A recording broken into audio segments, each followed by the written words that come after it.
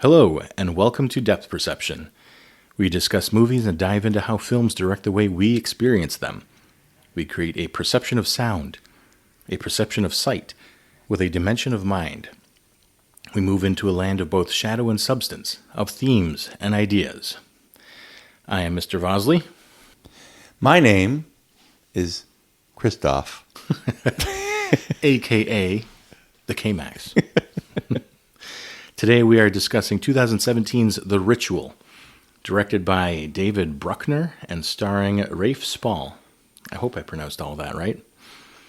It's about a group of friends who go on a hiking trip in Sweden out of remembrance of their friend, but things take a dark turn when they encounter an entity in the woods. This is the movie discussion portion of our chapter on the tribute to Ralph Fitzgerald. So here is the itinerary for today. We've got initial reactions and favorite scenes, use of cinematography and color and the feelings you get from them, the use of the monster.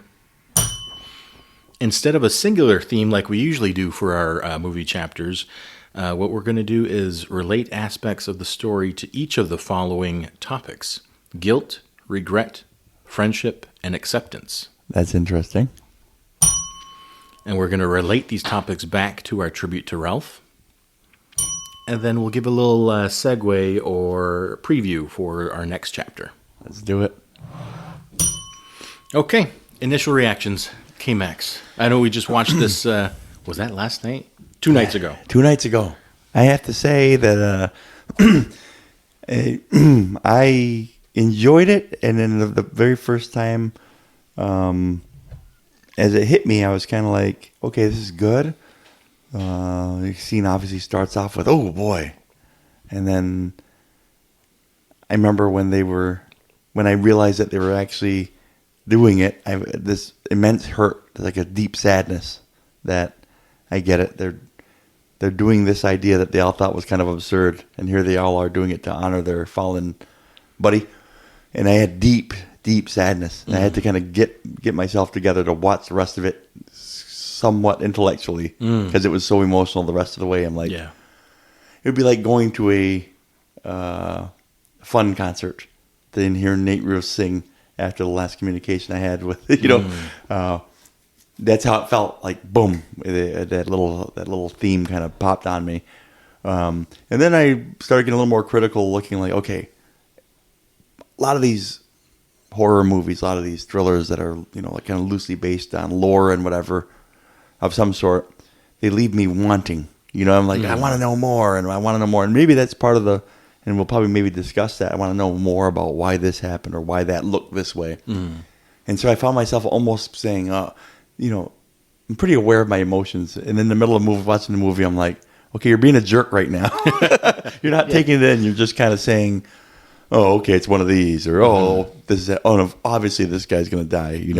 I found myself being a little bit more, not critical in a good way, but critical in a bad way, where it's limiting my perspective. And it was happening time and time again.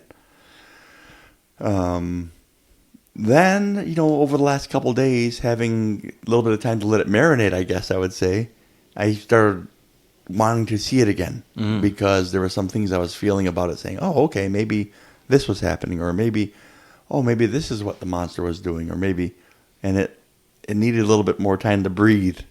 And so I think as we sit here today ready to discuss it, I think I'm in a lot better place to discuss it than I was initially. So my initial reaction, not great, really, really critical, and not in a good way. Right. And then now, though, having a couple days to think about it, I think I'm in a lot better place about it. Okay, nice.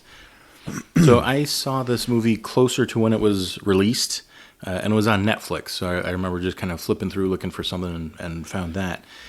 And the initial viewing at the time was a little simple.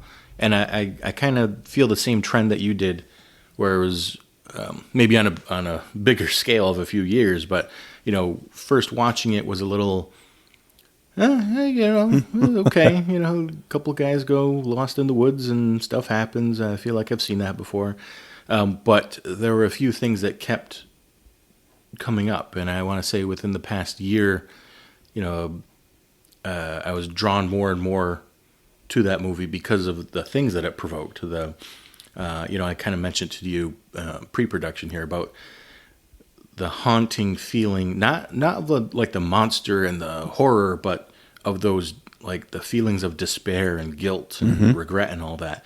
Those stuck around for some time after finishing the movie. Oh.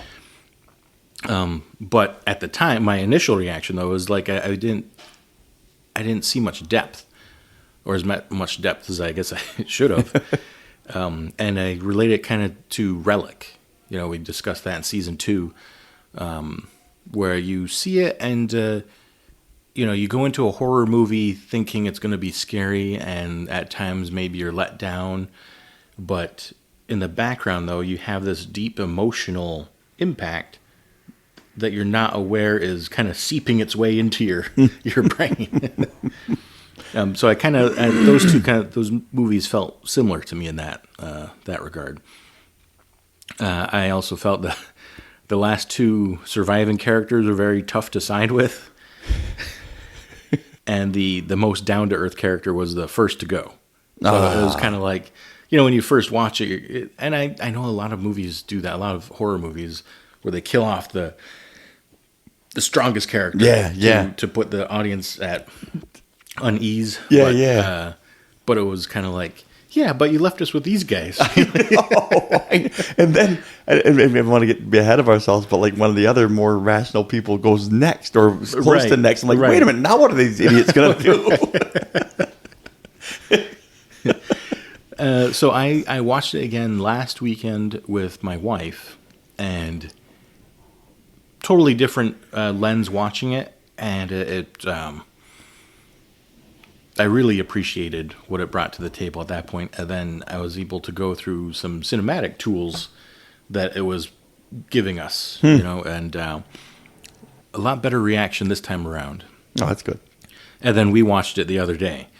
So it kind of just brought everything together, I feel like. So that's 3 times I had to watch this movie to really appreciate it. There'll definitely be a second for me sometime this Halloween-y season, I think. Nice.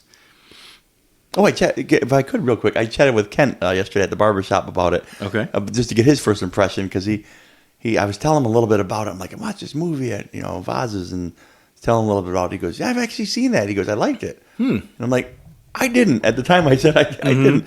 And he goes, why not? And I kind of told him, and he goes, I kind of felt that same way right away. He goes, but then I thought about it a little bit more. I'm like, hey, that was pretty good. I said, that's kind of how I feel right now. Like looking back on it a little bit and let it marinate, I'm like, there was some cool stuff going on there that on the surface didn't appear to be there. Yeah. And he felt the same way, and it was neat that he had watched it. And the cool thing about the barbershop is sometimes the poor people there, they always get whatever the latest thing on the menu is for us. They always get a quick little talking about. So I bring some of Kent's perspective. There's a couple other things I'll share as we get going. Okay. Things that he thought about it. Nice. How about favorite scenes? Ooh, my. Favorite scenes. Do you want to go first and give me a second here? Yeah. All right. So it's funny. We both had this similar experience watching this specific scene. In the first, third of the movie, our main character, Luke, everyone's resting, and he's like, I'm going to go on top of that ridge and see what I can see. So he goes up there, and there's it's just barren trees. And then I'll go through when I first saw this movie. So you see the barren trees, and then you hear the music or whatever, and you see Luke kind of like jump and run back. And I had to rewind this thing 3 times. I'm like, what happened that he reacted that way? And it was the tiniest little detail where the hand is on the tree, and then it's there for a few seconds, and then it cuts back to Luke, and it cuts back to the hand. And the hand is this tiny little portion on the screen, but you see it kind of move away from the tree, like kind of I don't know how to describe it, but the hand just curls away. Yeah, the fingers kind of unfold off the bark it was holding. So I say that like I saw it after you told me and stood up next to the screen and showed me 3 rewinds later. I was going to say we had the same experience with that, because the other night when we watched it, I was like, "Did you catch it?" And you're like, catch what? So rewound it, played it. Like, nope, nothing. So I had to like get up and point at the screen. And to be fair, I had to do that myself. I had to like, I was like face to face with the screen when I first watched it, trying to figure out where this thing happened. Even that look that he gave, it's funny how I felt the way he played it felt like, was it Mel Gibson or Joaquin Phoenix in Signs when they first see on the screen when they see, and he kind of almost like jumps away. Mm-hmm. That's the same feel that I got from his character when he did that look, and the music kind of did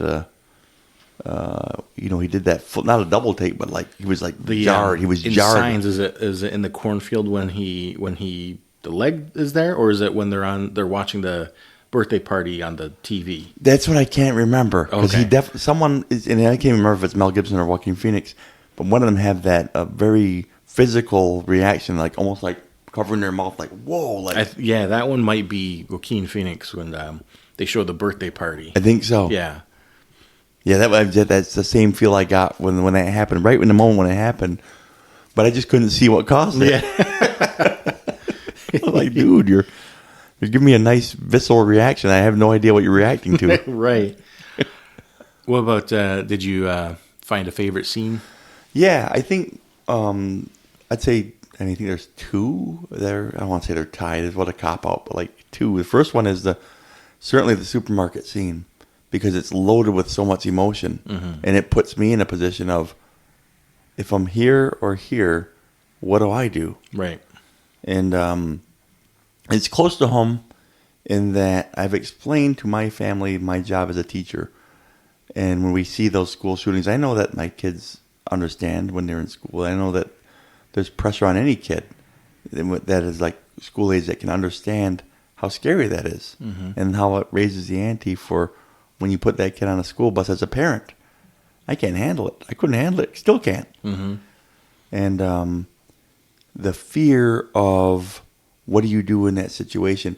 The new fear for me as a teacher and someone who really, really loves my students, I've told my kids, if there's a chance that I can take the place of any of my kiddos, I'm going to do that, and you need to know that. Mm-hmm. I love you guys more than life itself. My students are very similar to me that way, and I'm not going to hide or cower in a corner if I can stop or delay and let kids get out. I'm not some kind of hero, but I just said this is something that I've signed on for, mm-hmm. that I won't be, a teacher running with the rest of the kids. Sadly, it's probably going to be me you read about that, he was doing his best to help some other parent's kiddo see the next day. And then in that scene, I seen him, the guy cowering there, and I thought I couldn't even get mad at him because I'm like, I get that. He's got a family, he's got things to think about, but you're seeing that happen to one of your best friends.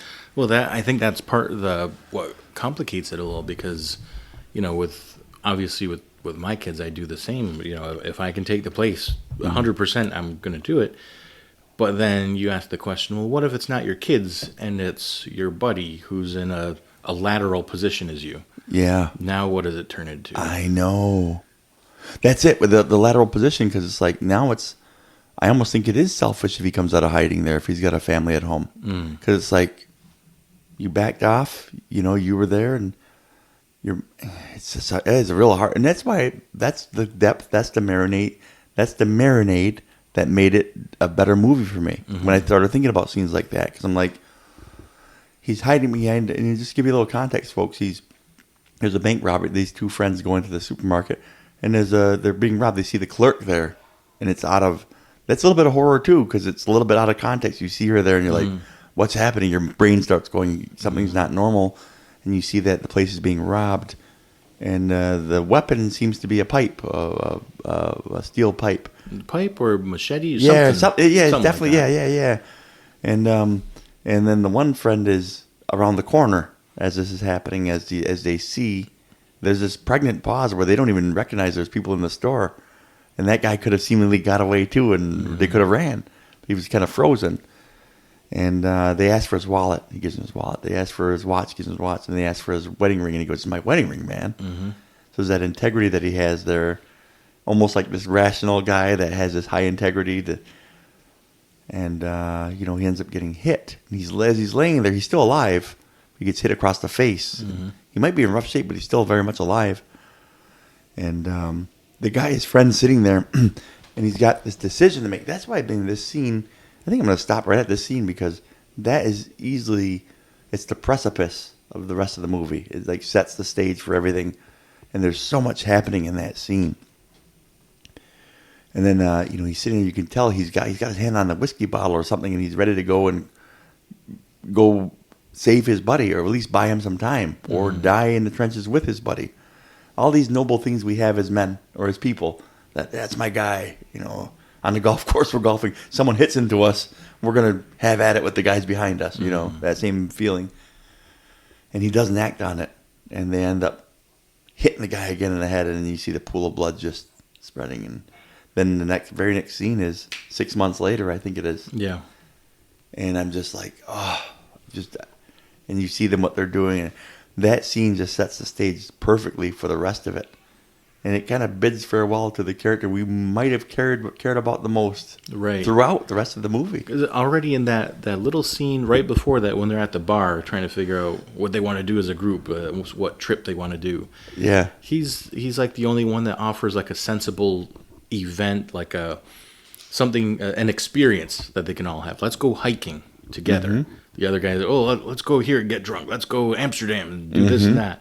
This guy wants to be together, and recent events on a personal level. But the guy just wants to do things as a group together, have an experience together. Yeah, and they don't really see it that way. So like that character is the one that they all mourn. I get the feeling right from that one scene there that it's like, and then we'll get into it later as like they say things later that tell you that he was kind of the crux of, he was like the pivot, he was the hinge, right? He wasn't just a cog in the wheel. He was kind of like the base there, and all the other friends kind of fanned out into different things. But what I thought was interesting though is that most of these guys, except our main character, had. Or it was alluded to that they had a wife and kids, and our main character didn't really have any of that. That's right. So I thought that was pretty interesting too. I guess I never really picked up on that. That I got it, I understood that, but he never was like in any of his terror thinking of them and saying, "I got these. I can't die." He was just he almost seemed like a shell of himself, though, right? Throughout the whole thing. Yeah, that's my scene right there. Okay, I had one more, and it was the end there when Luke escapes the forest. I guess that's the extent of what the monster can. I guess it can only live in the forest. But the monster like screams out or howls, whatever, and Luke screams back at him, and then kind of out screams him. Yeah, and especially I don't remember how visceral that was when I first watched it, but the last two viewings I had, last weekend with my wife and this one with you, like it gave me unexpected chills. Like I usually can feel like the swell. Yeah. You get the chills. Yeah. I remember when I saw that, it was just like chills, like kind of under the radar, like had all the events and the storyline had kind of crept in there. Crept in the mind a little bit. So when he screams back in like triumph and like I got past it, like I got chills that I couldn't control and I couldn't feel. I like up. that. I was like, wow, that impacted me more than I even when realized. A film can do that, it's like, all right, you almost look at your arm, you're like, look at that, goosebumps. I felt that scene was outstanding. I was too afraid though that this movie's ending without resolving a lot of things in my head. And so that won out over the joy of the victory. But like after not further review, but after letting it marinate a little bit, again, I'm hungry. And we're gonna be hitting Wandering Gypsy real soon. Like basting. There we go. There's another one. Let's say that.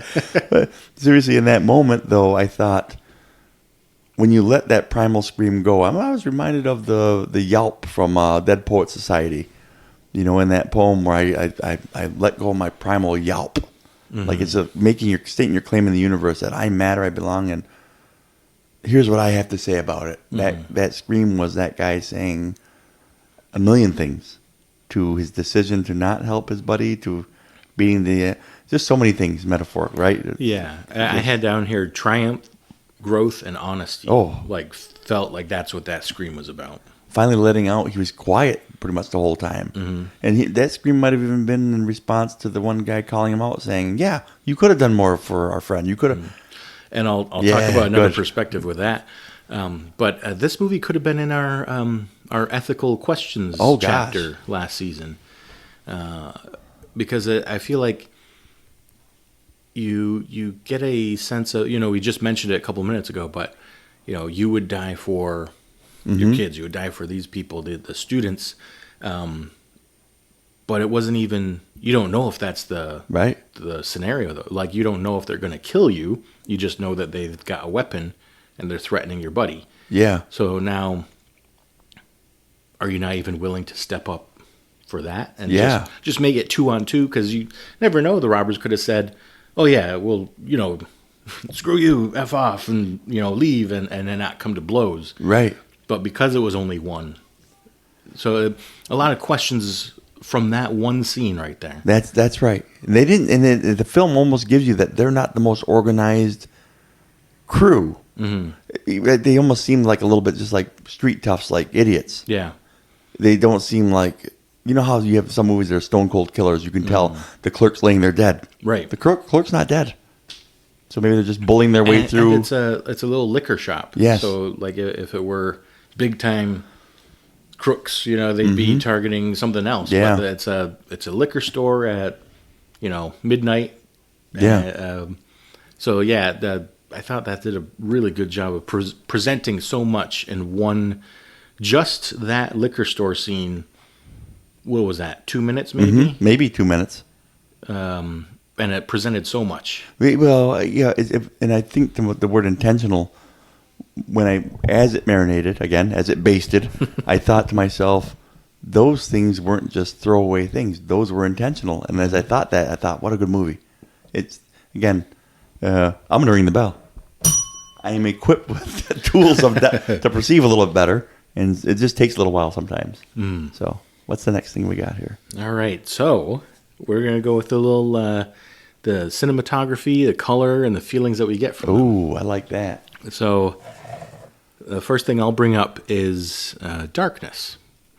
So with darkness, you get a sense of disorientation, and during the day scenes, there's a lot of use of grays and browns, like from the fog, from the bark of the trees.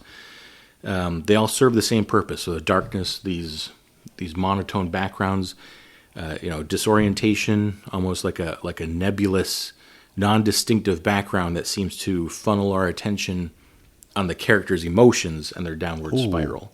So you have nothing else to focus on in the background to distract you.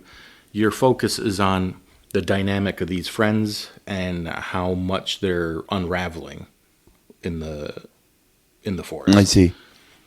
Yeah, so everything's almost naked. It's like, okay, just raw, these dudes, these characters. Right. And then when you're in the darkness, being lost, that feeling where you don't know where you're going, you don't know what's happening, you don't know what the future's going to bring.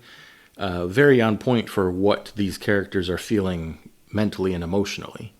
Were there? This is a silly question, and this when folks watch this, maybe this is a question they'll have. Were there multiple houses, or is it did they keep circling back to the same place? Was it like a supernatural thing where they were lost and they kept? My interpretation was that it was multiple houses. I thought so because they came across the second. I mean, it could have been the same one, but I think that the purpose was the same thing. Or the feeling, the reaction was, well, we ain't going in there either way. Yeah. It accomplished that either way. I just kept thinking that. It's funny the things you get hung up on. That was something I was hung up on. I was like, oh, now, how supernatural is this transaction that's happening right now? Is this, do you circle back to the same house? And if so, let the characters tell me that a little clearer so I can get in. But the characters weren't seemingly feeling that way. So it didn't lead me to feel that way. That was the same thought I had. Was maybe it was the same, but I'm pretty sure it's not. Mm-hmm. And either way, they're still lost. Yep. They're still, They're still not making any headway in this house either way. They learned their lesson from that house, the previous house. God, that was that scene. That was a close one too. It's going to be maybe one I talked about. Just how it all hit the fan so fast. Oh, yeah. For all of them in a different way. Mm. He got the claw marks on his chest. The other guy wet himself, and that was traumatic for him because he's a good-looking, cool guy. And he's like, even when they're talking about later, he's like, "You think I want to recall that? That's pissing myself." Oh gosh. And then the one guy goes looking at him like, "I was naked praying to this thing." Right. You guys want to explain that to me? Anybody want to explain that to me? I thought that was. They're all like, "Nope." We all got our own issues here, man. Right. Really good. Now, I wanted to point out that the movie begins with wide shots and aerial shots with like the landscape and camp.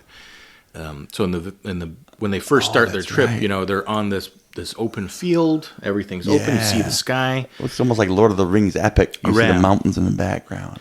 And then you transition as the movie goes forward to close-ups and claustrophobic eye-level shots. You have the difference in the camps.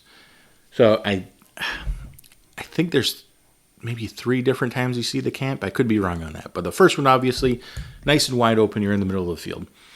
And then I think you're in the house. So you're all confined. Mm-hmm. And then you're at night. Again, this nebulous feeling, lost sensation. That's where your next camp is. You're in the woods, just surrounded by blackness, almost like you're floating, and can't really find yourself. So the difference between each of those campsites as you go forward into the movie just kind of goes along with how you feel emotionally. Got it. And then I think of, again, with the claustrophobia, when he's captured towards the end, he's making the little hole in the wall. Oh, yeah. And he's looking through that becomes your little confine there. Use of natural borders.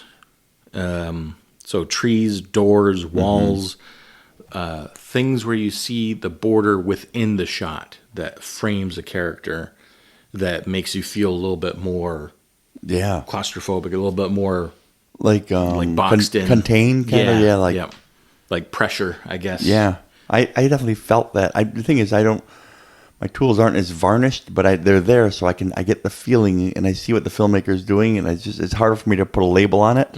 I'll take a run at it in a bit when you're done with yours. And visibly, the lowest point during the climax. Now you got lowest point. They're kind of going into this valley, right, of the forest. So they start up on pretty high ground. They end up in the depths, right, in the forest. And then even with the camera level, the lowest point you get is ground level when Luke is running away from the monster. I think it's pronounced Utun. That's how I see it. I heard the character say the name. So I'm going to say Utun. Yeah.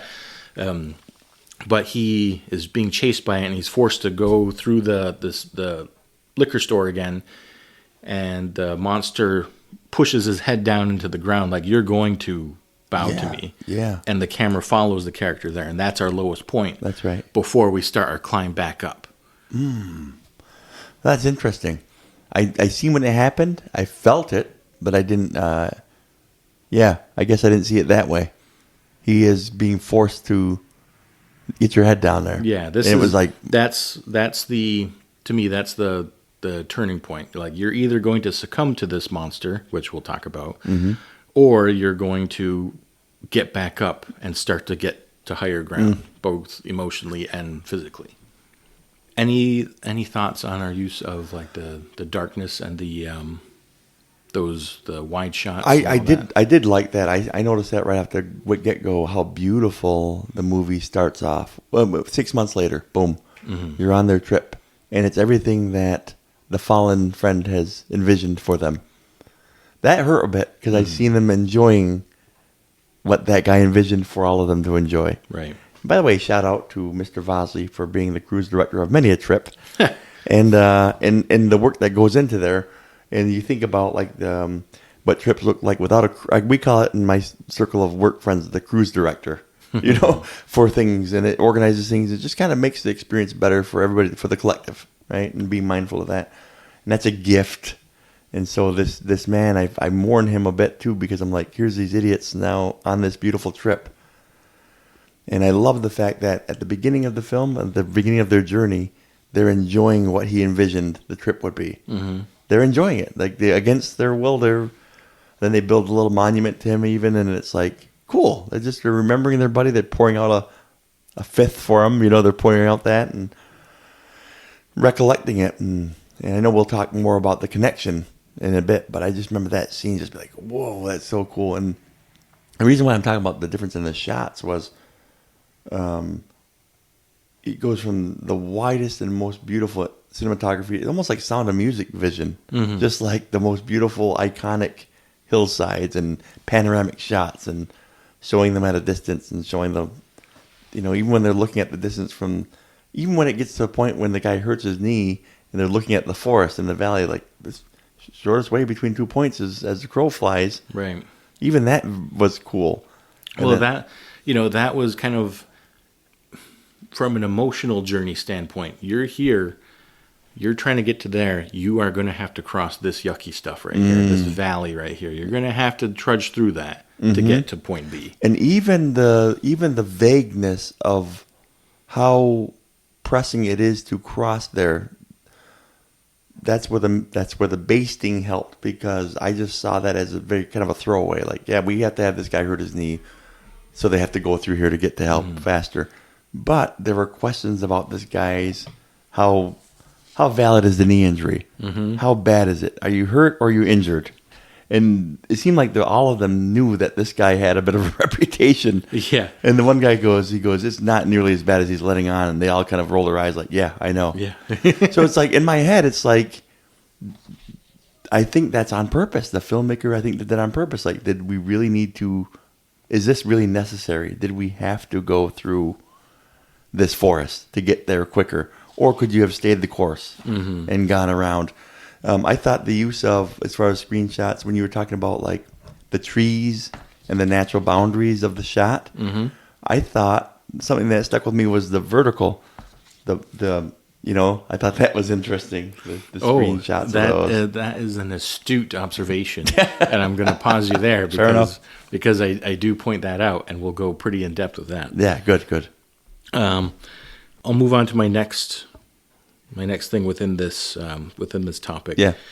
During confrontational moments in Luke's psyche, like his visions about the night his friend died and the climactic end scene. Yeah.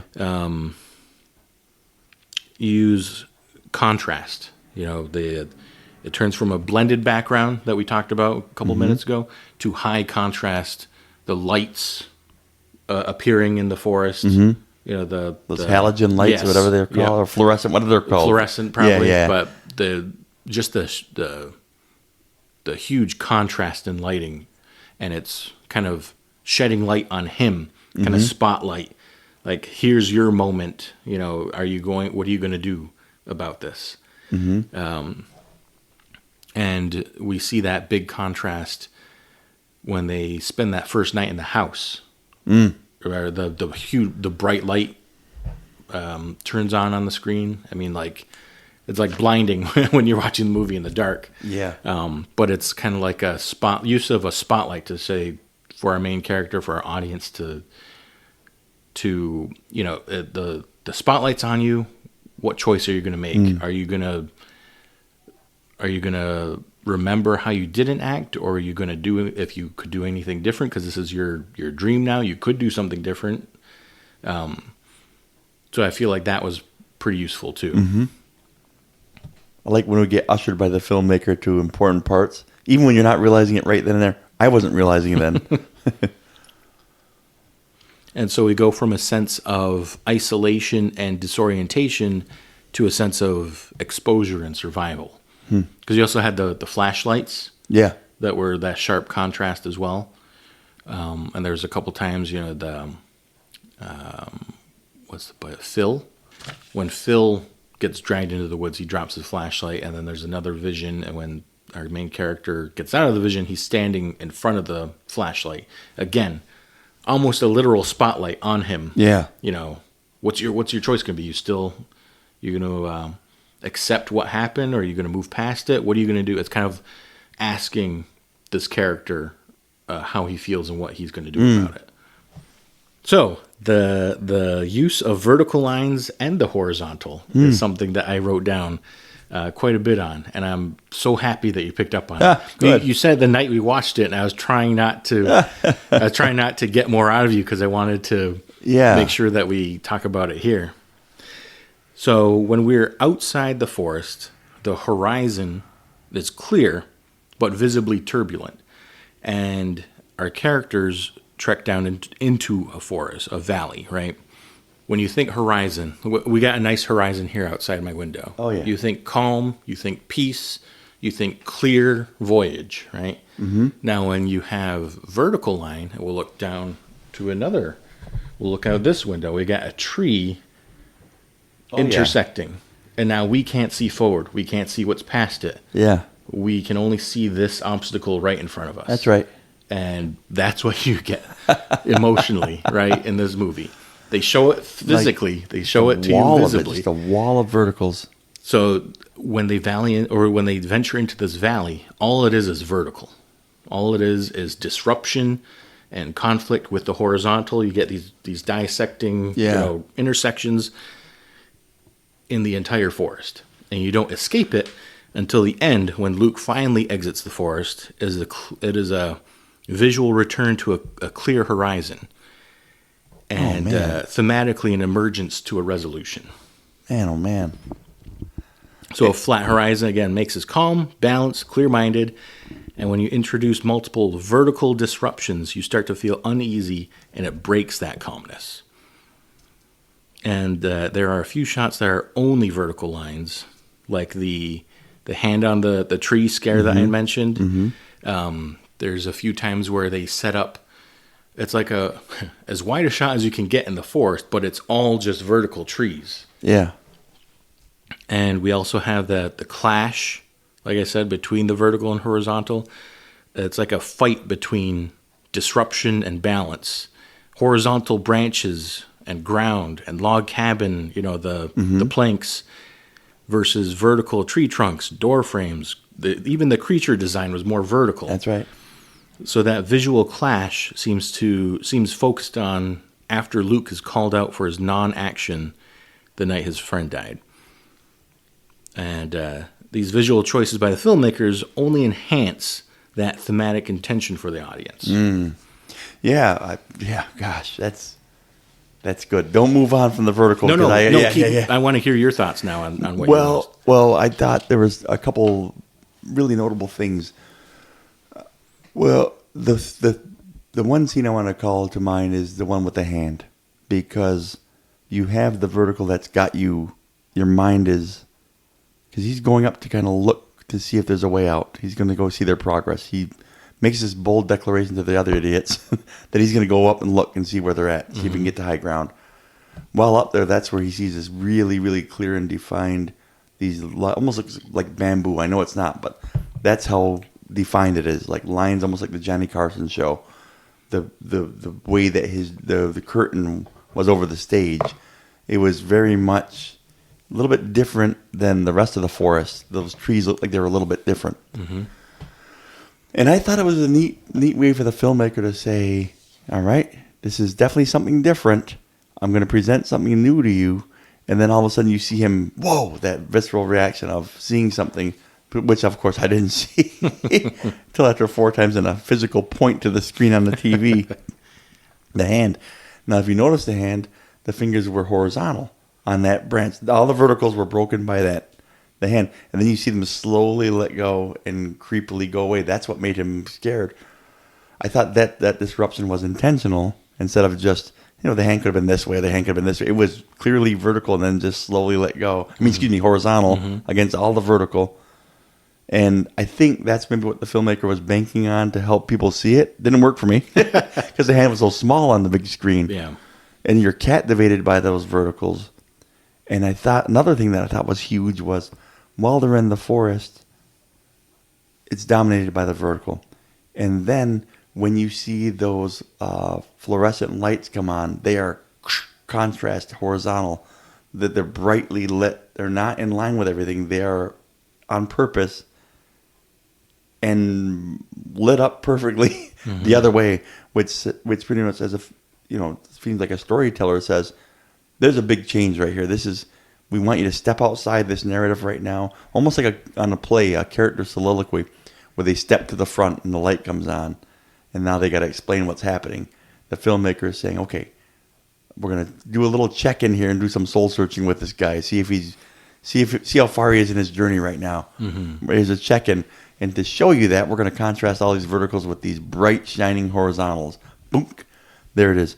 And it wasn't lost on me when it showed that. And then there was one scene that he goes, and then he's inside his dream, or whatever the state is. Yeah. And it dwells more on the vertical in his dream. He's looking at the shelves and the racks more vertically again. And it seems like he's at another part of his journey, as his character growth journey, his arc. And it's almost like the filmmaker saying, okay, there's something different in here. It's more like what's happening. He's able to digest what's happening right now in his life better. He's farther along in his journey. And I can't put my finger on it, but I could tell that was happening. And it felt like it was intentional. When he has the first vision, when they're at the house. Yeah. And he's walking through. Remember, it's disrupted when the setting that he's in is like pushed back deeper into the forest.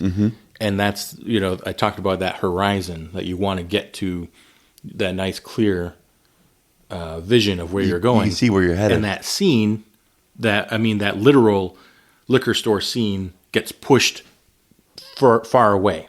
As in like, oh, you're going to have to venture through all these vertical lines to get back there. That's awesome.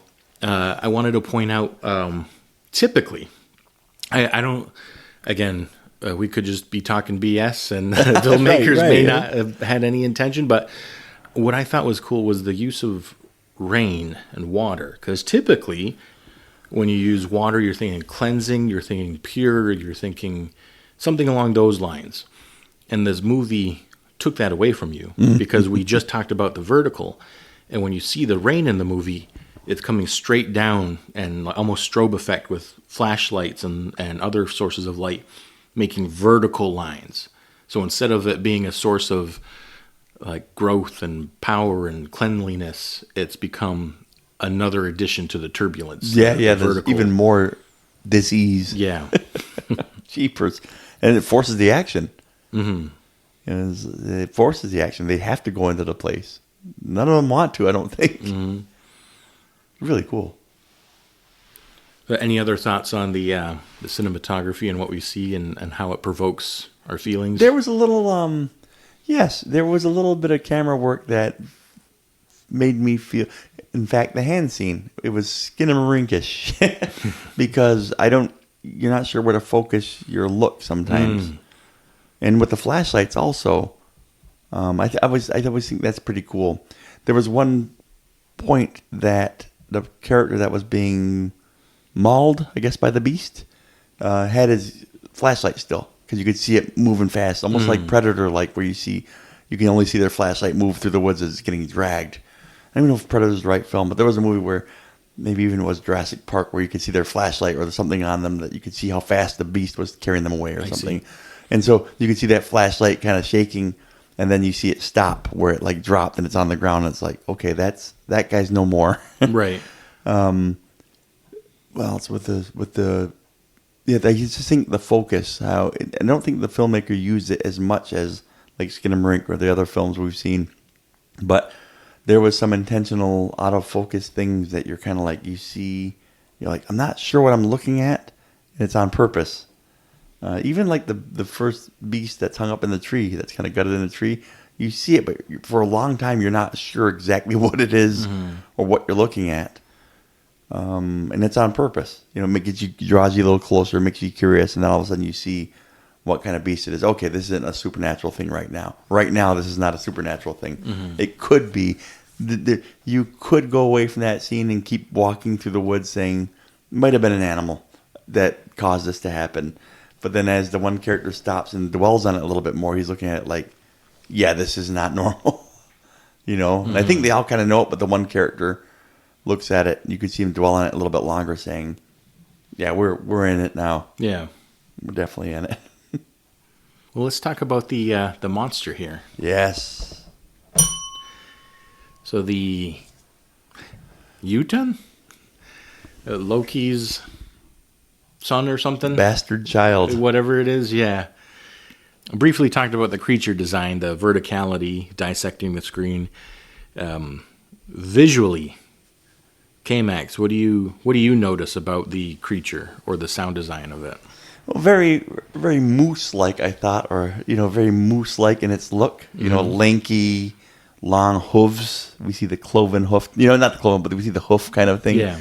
The antler type of thing. I'm reminded of a movie that we've seen. Was it Antlers? There was a movie we saw with the big giant antlers or something, and I was reminded of that a little bit. The Wendigo? Yeah, that's it.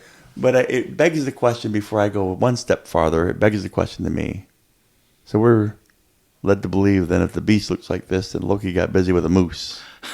That was in the back of my mind too. Like, what did he make love to? Right. It had to be a moose or a caribou. He's got an open mind. We'll say that. He does have an open mind. I thought about that. And the look of there's nothing, to me, wasn't terrifying until you get up close and see a little bit more that there's like some human characteristics, some human features of this. Because that thing, it looks like, okay, wild rabid moose. Right. Giant wild rabid moose. Not so scary. Then as you get closer, you see that it has some, not just intellect of human, which is creepy to me, but also, we talked about this before, how something's just a little off. Well, there's a lot off about this thing. Right. And you see hands and you see facial features and stuff of human. Yeah, pretty creepy character. Mm-hmm. So I looked into the story of this mythical monster a little bit. So between that and listening to clues in the movie, this is what I gather. A Norse giant called Moder, and again, these pronunciations, they come from a Western New York voice close to the Canadian border with some native accents in there. Who knows how close this is?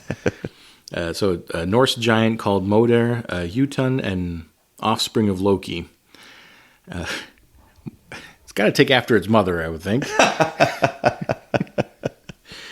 It has a cult of followers. Again, this is just a little background check on it, too. Okay. Not just from the movie, but cult of followers that it grants eternal life in exchange for sacrifices of lost travelers and those suffering from emotional damage. I'll point out some additional observations that relate to the themes of the story. People forced to either bow to it, be sacrificed by it, or escape it. It seems to be bound by the confines of the forest.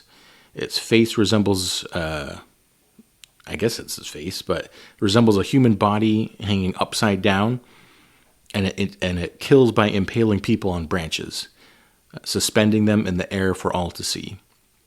This thing also seems to remind its victims of their pains prior to its ritualistic killings. So, you had the nightmare scene where they all have nightmares in the cabin, and it seems to be that the monster is kind of provoking these things, right? And I mentioned my in pre-production, I told you it felt to me like a mosquito almost, where a mosquito lands on its victim. It sucks its blood and it replaces it with a different chemical that makes you itch and whatever.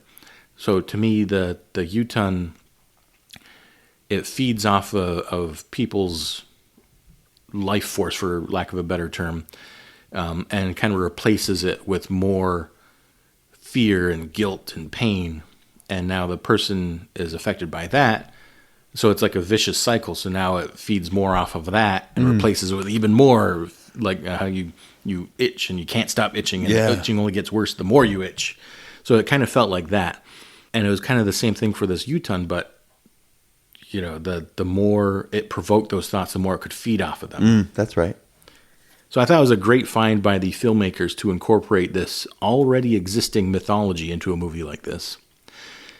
You've got this creature that consumes those that are emotionally scarred and preys off the people living in pain. Your other option is to worship this thing eternally. Kind of shades of, we talked about like vengeance in our previous season, where you can either get past it or you can just always live in that mindset where it's never ending. So it's kind of the same thing here. You're worshiping this pain, this grief eternally, or you can get past it, or you can succumb to it. Chronic victim, you know what I mean? It's like, yep, they were in, and you look at the mummified worshipers. That was disturbing. Oh yeah, I thought they were just in the attic there. I didn't know they were real. Then you hear them start. What? It was like very. Yeah, it was quite a scene. It becomes easier to connect the dots as to what this creature represents. So KMax, do you care to give your take on what the monster represents then? Oh, that's a great. Yeah, let's go there. I think it represents survivor's guilt. I think I'll call it that, for the lack of a more organized. To me, survivor's guilt, and the only evidence I have is that it obviously seems to be preying on when it gives them their nightmares or whatever. It seems to be something about whether they're families or whatever, and certainly our lead character, the moment of guilt, and it comes to play when they actually call him out on it, and it's like that scene was powerful to me when they're all these friends, and friends have this, by the way. If friends are honest, you all have those moments where it's probably healthy to call things to the carpet for a minute, right, and say, you're kind of selfish here. And the one guy kind of almost blames him for their buddy's death. Like, you didn't even try. And so it feels like the monster, how he cripples our main character is by bringing that right to the forefront, that survivor's guilt. Like, you made it out, and there's a balance that needs to be paid. You've danced, and now it's time to pay the band. Almost like forcing him to remember you survived. Your buddy didn't, and it's because of you. And it feels like he picks up momentum off people's fear. Yeah, like most boogeymen do. Yeah, I don't think in that it's too original. In that this monster seems to feed off fear, and as he got less fear, more empowerment, he found a way to defeat, or at least get past the monster. Okay, that's kind of how I see it, or just big crazy moose. So the way I saw it was like, it's the same, I guess, pretty similar though to the survivor's guilt, but it's like grief and emotional anguish, and the only way to escape it is to either confront it. Well, it's not either. It's you got to confront it, deal with it, and survive it in order to get past it. And if you don't, it will either destroy you or become your sole focus in life. Oh man. So, do you remember our first encounter with a creature? Hearing it, right? Like if I recall correctly. So hearing, I don't know if like the face to face. Like, I guess I don't. I believe. Well, so from what I remember, anyway. Yeah. They call him out. Well, he starts to hear it right when they're at the cabin. Yeah. But it was after Luke was called out by his friends in the forest, I believe. Yeah, yep. And he absolutely refuses to acknowledge that he deals with those same thoughts that they do. Like, you could see in his face, they're like, you know what we're talking about. Yeah. Like, no, I don't. Right. Like, he knows, but he wants someone else to accuse him first, it seems like. He was dogmatic about it. I remember that's probably the strongest dialogue we have from any of the characters in that scene. He was like, no, I don't. Tell me. Right. And so it was like that. Inviting those hidden, not so much hidden, I guess, but the refusal to stand up to his grief, his guilt, his regret, or even accountability, maybe, So it was that refusal that seemed to invite it was almost like a scent that the monster could pick up Holy on and smokes. follow them, you know? Gosh, I hope that's not accurate. That's creepy. I can't drive back home up Black Nose now. That is, honestly, that makes a lot of sense. And kudos to the filmmaker if that's the case. Holy Right. smokes. Because he was hollering it in the woods, by the way, too. Yeah. Like, it was loud conversation. The rest of it was kind of muted. Right. Kind of quiet tones, and yikes. So after this scene, we get the encounter, and this is why I can't remember if after that if the cabin was after that or before that, but then it was the hand in the forest. Yeah. And with the monster, when the monster performs its killing, he grabs the victim and forces him to look it in the eyes. Again, fitting for what we just talked about. So this idea of confronting what he represents, and the killing itself, lifted in the air, impaled on branches, left in a state of suspension among the disrupting vertical lines of the forest. And I use the word suspension purposely, as in suspended, arrested development of a person due to inability to move on or overcome their emotional pain. So it's kind of like, well, you're either going to spend the rest of your life worshiping me, or you're going to be forced to worship me, basically. Man. You're forced to just witness everything. Yeah, that definitely fleshes the film out a lot more with that in mind, as saying, oof, you got to deal with this. And this is a beast that's going to make you deal with it one way or another. By hook or by crook, you're going to get past this, or you're not. Right. But you're not going to just sit in this state of... And the idea that it would pull the victim to like look right in the face. Yeah. And it's nice to know that that is a character that kind of the filmmaker grabbed hold of and said, let's use this, because there's a lot to read into it without knowing any backstory about this critter, you know? Like, it's forcing you to look at it. I remember looking at that saying, yikes. It's pulling you up close to get a good look at you and not to eat you. Right. Because that's what a monster usually does. Right. It's like forcing you to see or acknowledge something. And then there was something that you said that made me, gosh, this brain of mine, it's doing okay. But like as you were talking about like the deeper parts of what the beast does to you, and then calling out, there was something that came to mind. Hopefully it'll come back. Hopefully it'll come back to me. If it does, don't be afraid to All right. interrupt me. I definitely will. So the last bit I have then for the monster topic is that the quote ritual of sacrificing to this Norse being becomes a ritual in the sense of a rite of passage. So Luke confronting his pain and guilt, accepting the events of the past and overcoming his grief. So that's the last bit I have on monster. Yeah, I think it had to do with that exact line of thinking. I think it had to do with forcing him to get past it. And I think it's something we're going to talk about later if I remember the notes correctly. So I'll save the thoughts for later. Okay. Kind of tying it back in, you know. Mm-hmm. All right, so we're going to go through some topics here, and I forgot to list one, but we'll start off with pain. So how does this movie, to you, how does it show pain? Well, you have the emotional pain and stress and the rest of all of them. This whole group that lost a friend. Mm-hmm.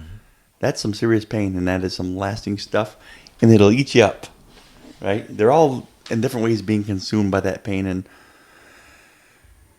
people make imprints on us, and there's pain when they're no longer with us, right? Mm-hmm. So there's that pain, and then you have the physical pain, right? Obviously of the kid with the glasses, not the kid, but the man with the glasses. He is Dom, I think, as he's being prepared to be part of this ritual, right? As a sacrifice, he has to endure. We don't know what's being done, but he is. It's the most terrifying part of the film to me.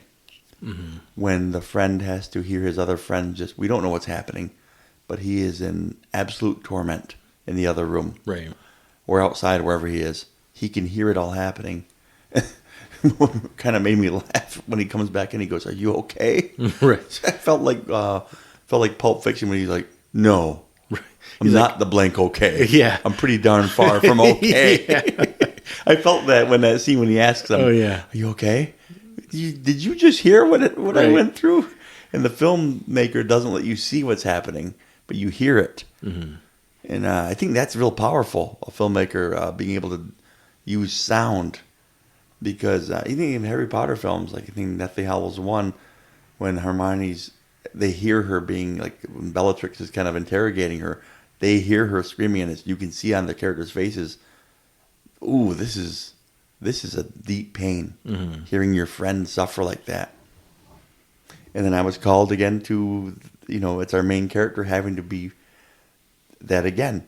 What are you going to do about it? You can see him trying against his bounds that were holding him. When he hears it, there's nothing more he can do. He wants to help his friend.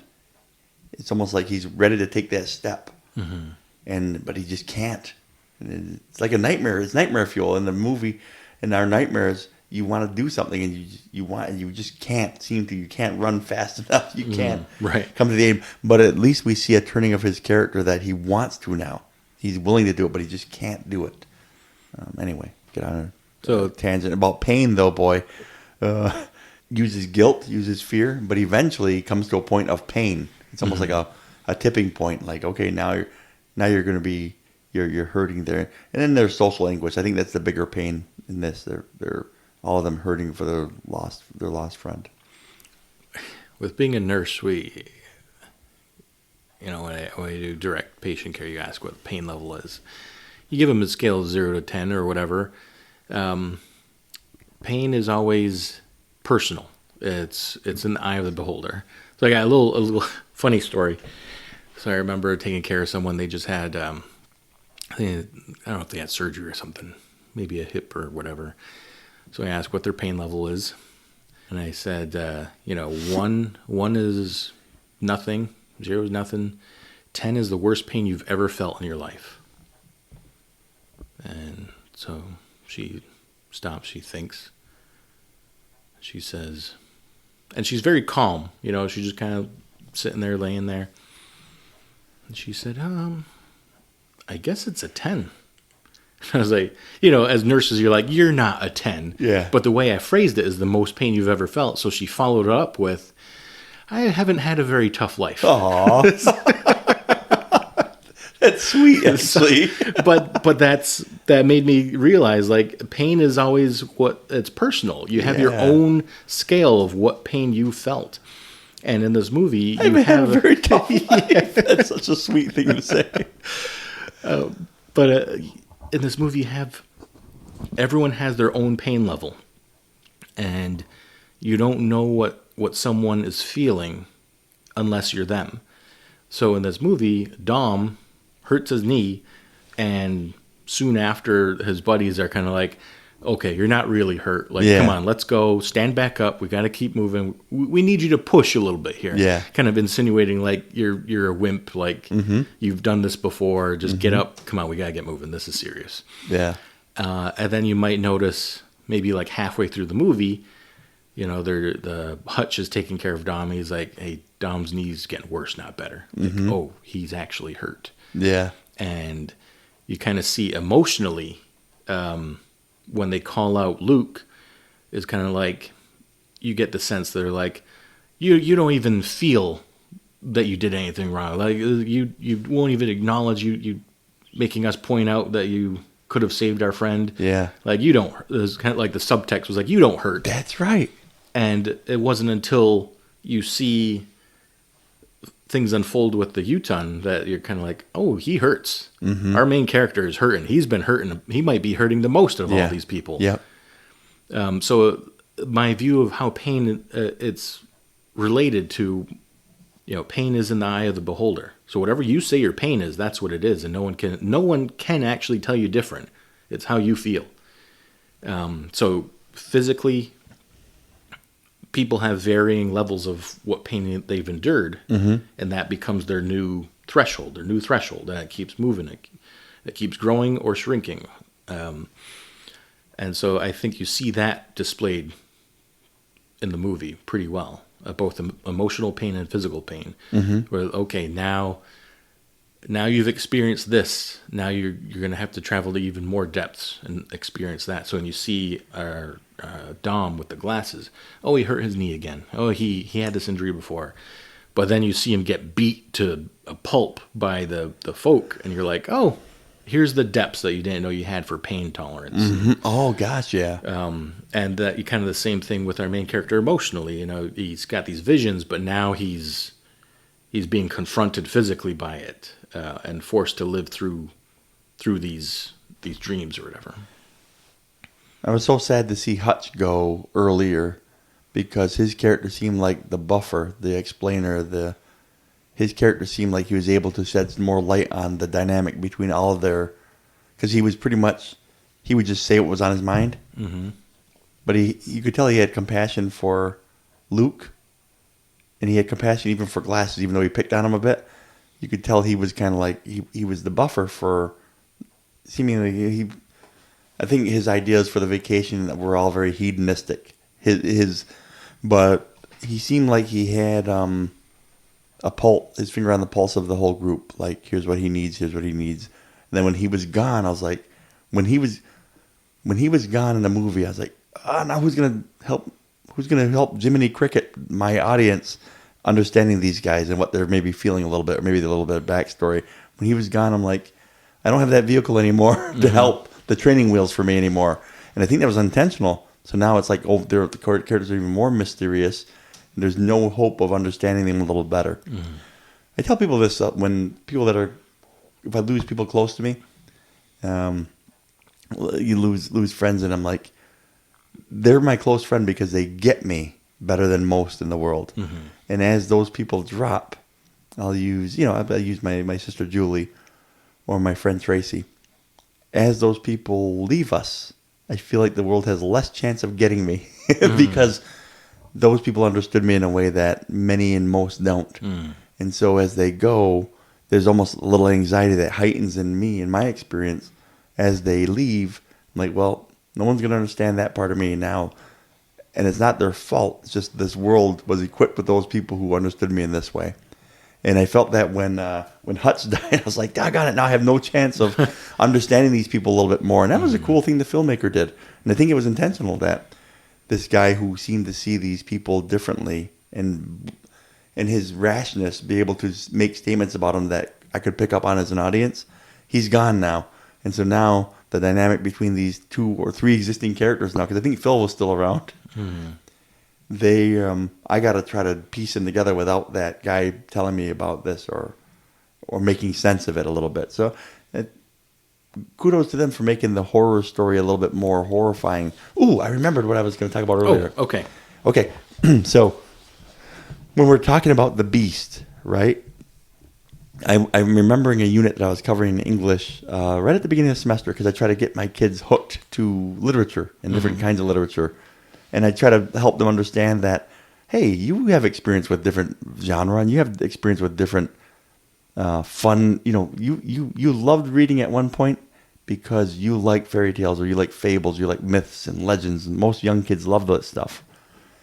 And so I really was, when you were talking about the monster and the legend of it and how our own culture, we have legend and storytelling and songs about certain creatures or certain things to avoid or certain situations to avoid. And they're almost like cautionary tales, like fables. And so the unit that I do is myths, legends, fairy tales, fables, and how writers over the centuries have used them to teach lessons, to build character, to give warnings. And as you were describing and talking a little bit about this Utit or whatever. Utin. I thought to myself how interesting our culture has different, and I'm not even going to try to name names because in the rebirth of language, I get corrected more often than not. I have a wealth of language from my grandmother, but I find myself speaking it less, side note, because I get corrected so often. Mm-hmm. from the book definitions and pronunciations. So, right. But there's at least 3 creatures that I know of that I was taught of One to keep me from going outside the fire, the flame of the fire. So stay within the safety of the community. That's one creature.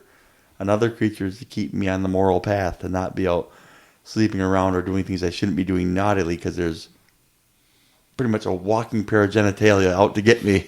Gotcha. Yes, it's exactly what I'm talking about. Didn't gotcha, though. Dodged it a bit. So anyway, and then there's like at least 2 or 3 characters that could be easily worked into film. Mm-hmm. Challenge extended to you, Mr. Vozly, to write that film. Honestly, I've already started a story about Udacha. Attaboy. Because when you were talking about that, it was like there was like an alert in my brain saying, make sure we talk about this because there's some great ideas and I haven't seen them yet. Mm-hmm. And I'm glad my brain recovered to be able to call that out and say, in our own little culture here, we have stories and myths, legends, fables. However you view them, it falls on that paradigm of literature that it works for. And if a filmmaker could tap into that, you get a whole nother nice little you get a whole new closet of gosh, yeah, tools. a whole new palette of colors too.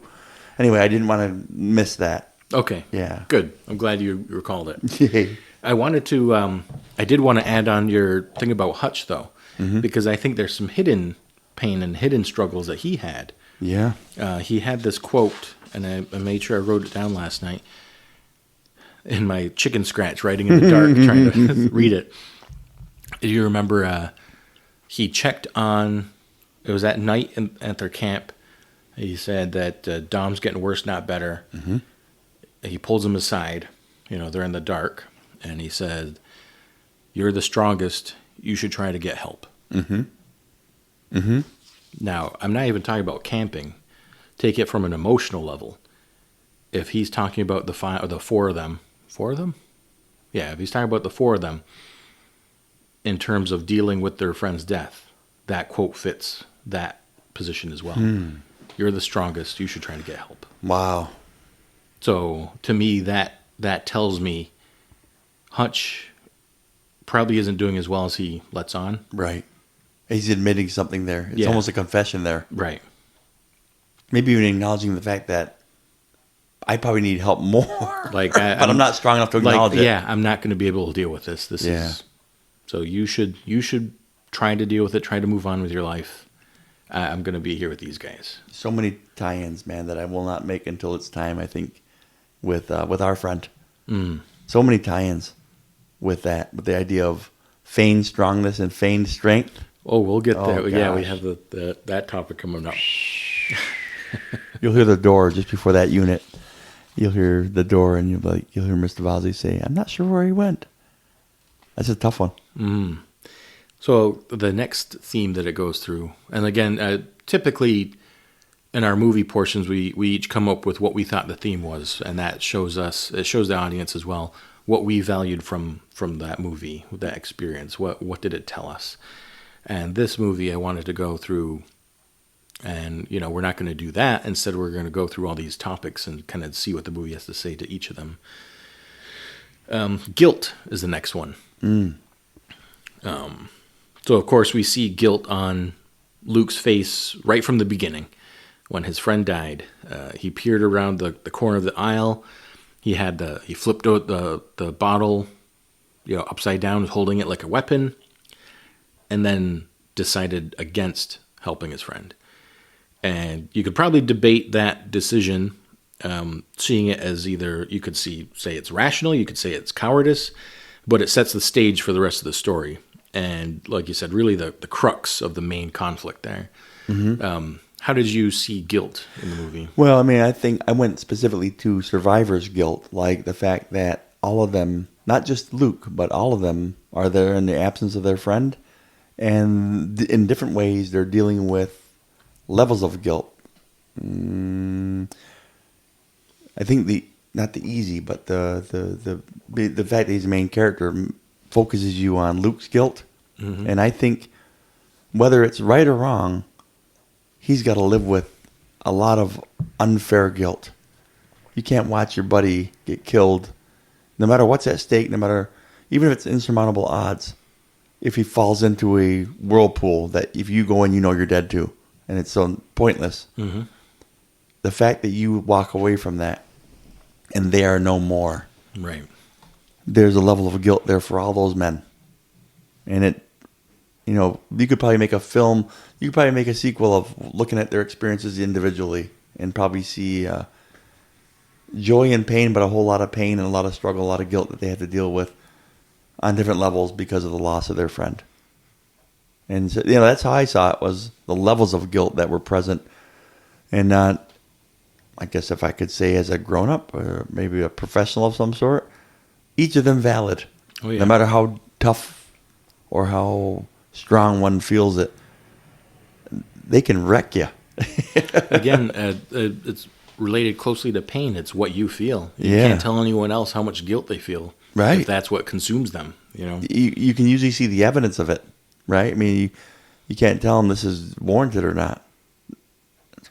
That's why therapy is not a bad idea, folks, if you need it. You help people professionals that can help you unpeel that stuff, man. It's important if you need it.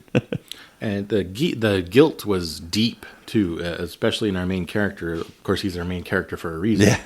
Yeah. But it doesn't just consume his waking hours. It consumes him that night. He's got these nightmares about that night that presumably hasn't talking to anyone about, because even the friends that are there with him don't know that level of guilt that he has about that.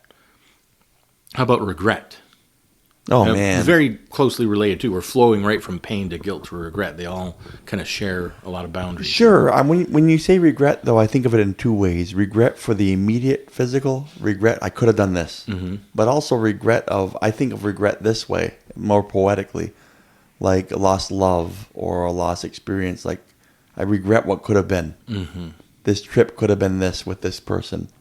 This experience could have been more rich if this person were here. Regret of lost what could have been, right? So I think there's like a two-headed monster for me. The immediate regret of like our obvious lead character who regrets maybe he could have saved him. But I think even deeper throughout the whole movie and in life, I guess, is regret is what could have been or what life could be right now if it were a little bit different. Mm-hmm. And it feels different, but I think that still fits regret. Yeah, I think that's a good way of putting it, is not just I could have done something. I could have acted. I could have done anything else in that one moment that night.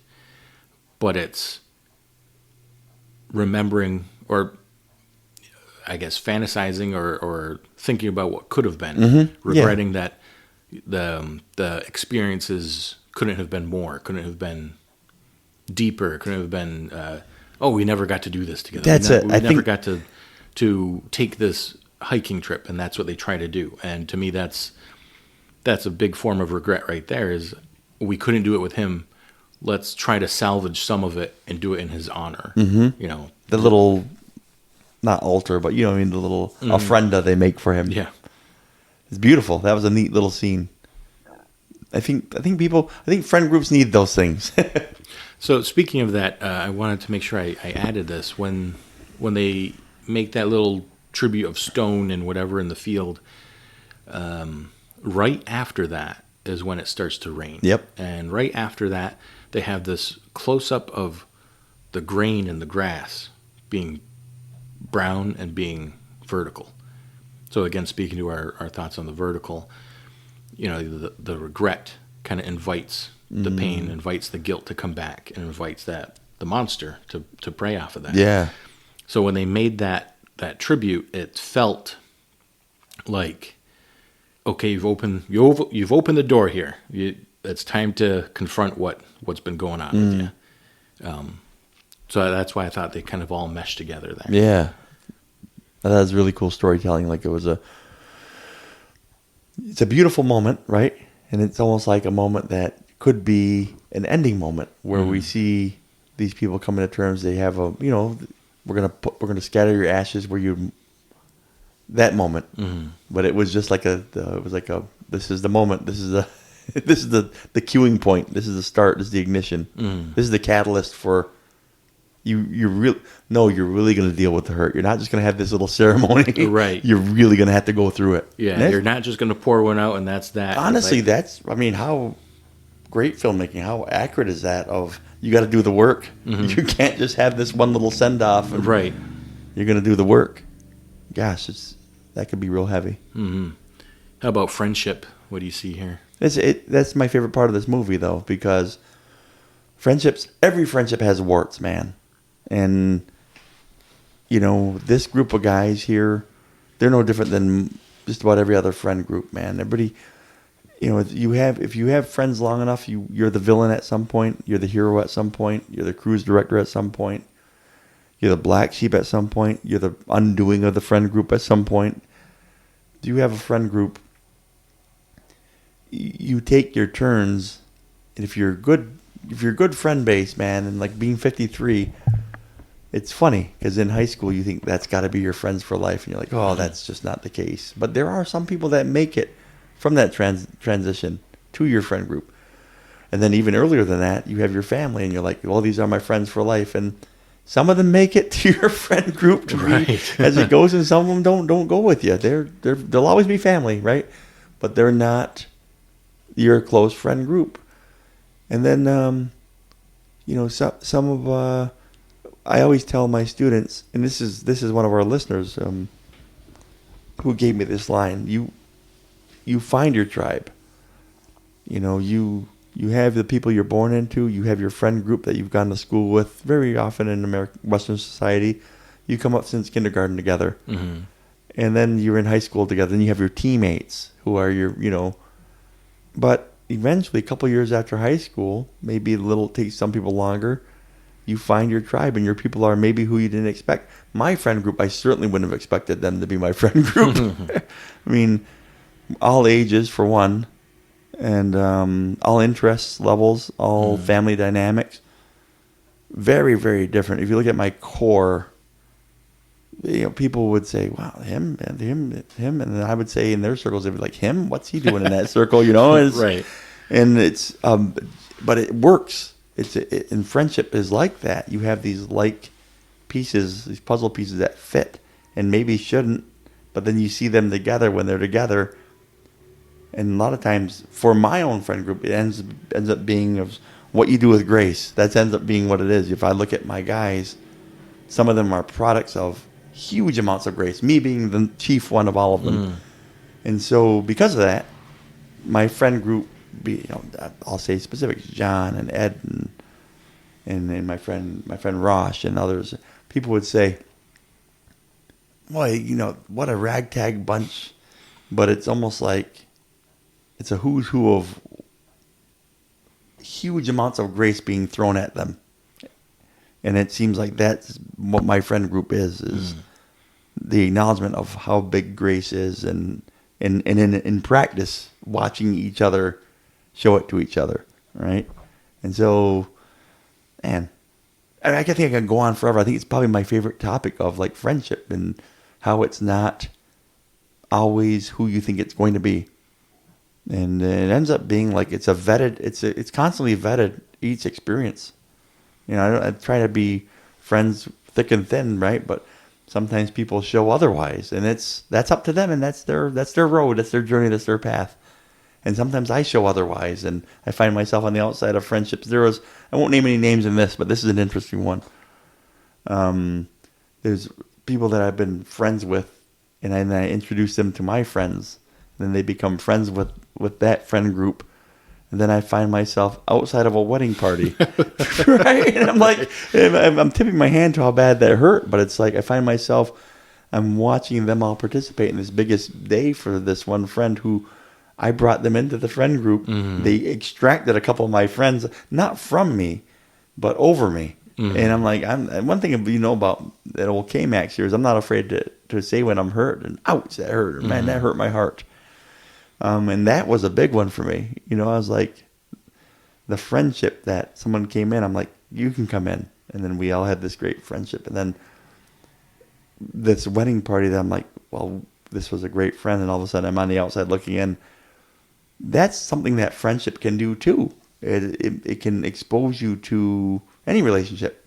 It exposes you to potential hurt. Wonderful joy, but potential hurt. And so in this movie, if I can bring it back in, you see them all through their friendship. There's a lot of hurt there and there's a lot of joy there. And in this movie, we see the dynamic there, the depths of what it can do. It can make you say hard things to each other. Mm-hmm. It can make you really passionate and very angry with each other because you know the buttons. Some of the most hurtful buttons Dom pushed of Luke, our main character. That's absolutely true. Like, imagine being accused that you're the reason one of your best friends died. Yes. You know, someone else murdered him, but you're the reason. And him even being like nasty about it. Mm-hmm. And a lot of it was because of, I think, Dom's insecurities too. Like, he was scared, and he was scared too. Mm-hmm. Fear does that to you. Even in your friend group, fear will beat that. It'll at least put to the test. Fear and anger and hurt do those things. It's really the smelting fire. It really burns out the impurities, and that's how a couple of my best friends started with a fight. And then becoming my best friend, and it just started with this awful, really tough thing, and then all of a sudden it turned into something awesome from it. What you said though, the fear, anger, guilt. That's what we said the Uton. Yeah, right, almost. Right. But you're talking about your circle of friends there, and it relates right to the circle of friends that we got here. We got 5 at the beginning, 5 different guys that don't seem to have that much in common, except they like to go out to the bar and drink a little bit. Yeah, they were hanging at the bar. A couple of guys this guy's in finance or whatever it is. That guy's single. This guy does that. That guy's, they're all different from each other. So they come together, and their time together becomes their binding force, I guess. So you get that with a lot of friendships. Where it's like, that guy's in they're friends, like they're best friends. And it's like, well, yeah, you don't have to worry about hobbies and what they do for a living. It's that friendship is the binding force. Mm-hmm. So I think you definitely see that in the movie. I thought they did a good job of that. So the second time watching this movie through, I really took note of how the group of, quote, friends interacted with each other. And for me, I know you said it was one of your favorite parts. For me, it was one of the sadder aspects of the movie, I thought.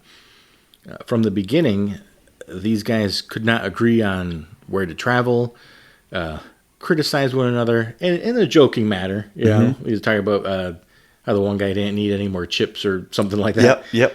I could relate to that. We both definitely. And then they even declined going into a convenience store together.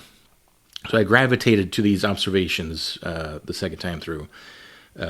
You could criticize Luke for not helping his friend, but from another perspective, the other 3 friends didn't even enter the store to begin with. That's right.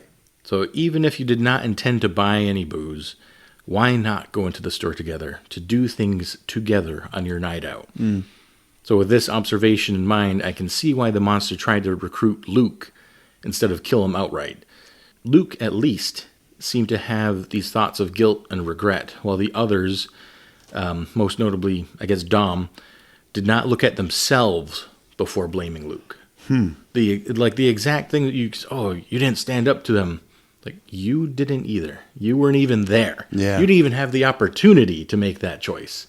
So it was kind of like, who are you guys to even talk about Luke not standing up to them when you guys you were feet away. Yeah. Your yard meters, I guess, meters away, and you chose not to join them. So not even being present in the friendship. I mean, that's a micro observation there. But what is it to take another couple steps to just go in the store if you're all together? Instead, I ain't doing that. Yeah. And leads, because 5 people outnumbering 2 robbers, I'm assuming the robbers are probably going to run away. Right. If all those guys come in, that whole group, and they were a boisterous bunch together. Mm-hmm. And the strength of friendship you got right there. 5 greater than 2, 2 greater than 1, and we see what happens to a single friend in that situation. So it's the inability to reflect on the impact of your own actions before questioning others that seems to be the root of a lot of conflict. Gosh. Not just in the movie, but with people and friendships And unfortunately, sometimes we get little reminders in that life of, in life of that being the case still. Another, I guess, sad observation is one that the characters even pick up on pretty early on, that they're only on the hike because their departed friend voiced wanting to go. And they even admitted that had he been alive, they would not have been on that trip. Right. They knew that they wouldn't listen to their friend, and that they did not take into account others' goals and dreams and things they wanted to do in life. Wow. So I know you looked on the brighter side of the friendship in the movie, but those observations of how the friendship got torn apart spoke to me this time around. Well, I couldn't agree more. As you're saying it, I was like, ooh. Yeah, I think it's probably a willful choice to not go down the dark, but that's so accurate, though. Friendships are the best. Maybe one of the best things. Mm-hmm. But keep you floating. Yeah, and they're hard though. When done right, they can be tough. And there's lifting to go on, right? I don't need a big mythical moose to make me do it. I'm hoping I can do that stuff now. Do it now if I can. Mythical Moose, new band name. Right. Nickname in college? Not really. That was one Pump Mocha. I digress.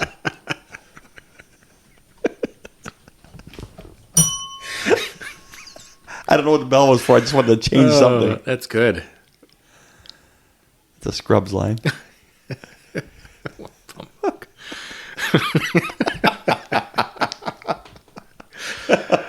Oh, boy. So, last topic then, before we move on to the next, or last theme before we move into the next topic. Sure. Acceptance. So, I think acceptance in this movie is actually shown counterintuitively. I think of when both Luke and Dom were captured and chained up. There's a conversation when Dom says, I'm going to die here. Mm-hmm. Yep. And instructs Luke on what to do in that case. And one might see this as accepting their fate, but within the context of the themes the story is presenting us and how everything is played out, as we've discussed, I see it a different way. I see it as complacency. Oh.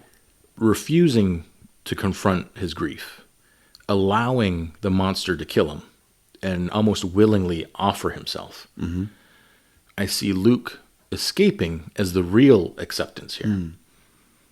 Again, within the context of their emotional states and the symbolism in the movie, Luke breaks his hand. He confronts that pain to initiate his escape. So embracing the pain, accepting that it is part of the process of survival, accepting that he must separate from those that succumb to emotional pain, like the folks there that are worshiping him. He must confront the embodiment of grief, accepting that it is not easy, but moving on means there is no other choice. That this is also almost word for word what the story is telling us from a thematic point of view. That getting through those emotional states isn't easy and it's going to hurt.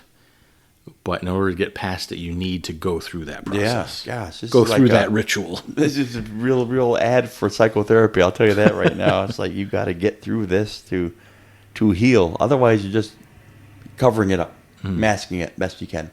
And I introduced to you Father, Dad 101, masking it and get by it to get to the next thing instead of dealing with it and saying let's figure this out. And friendships also. Holy cats. Did you see? How did you see acceptance in the movie? Well, I think I saw the acceptance of in the finality, in the final go of it. I like how you talked about Dom's acceptance being complacency, because on the surface it looked like acceptance, like this is my fate, right? This is what's going to happen, but it's like, okay, I've accepted the fact that I'm not going to dive into trying to figure this out or getting the other side of it, right? It's almost like I'm stuck here and I'm accepting that, oh, all right, but that's pretty much excusing yourself. Well, that's why I think when Dom was being offered, he sees his wife, Gail, right? Yep, Gail. Sees her coming through, and it's the Uton playing into his hurt and his everything. And to me, when he decided to allow everything to happen, to allow himself to get killed by these people and that thing, the thing that hurts most is this is who you let down. Mm-hmm. Because you couldn't confront all this pain and grief. This is who you hurt, and it's Gail.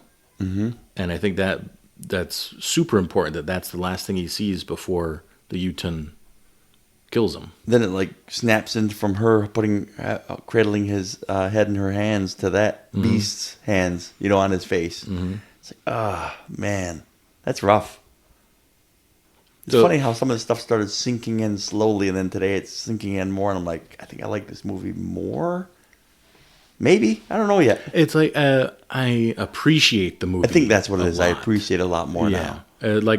For this one, and with a lot of movies, it's not that I like or dislike, it's what you can appreciate from it. And like those feelings that we've been talking about this episode, I can appreciate how well they were portrayed and